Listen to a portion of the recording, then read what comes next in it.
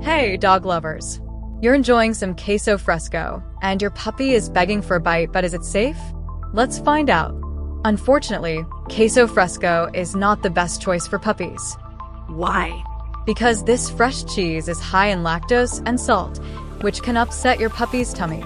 High in lactose. Many puppies are lactose intolerant. Too much salt can lead to dehydration and stomach upset.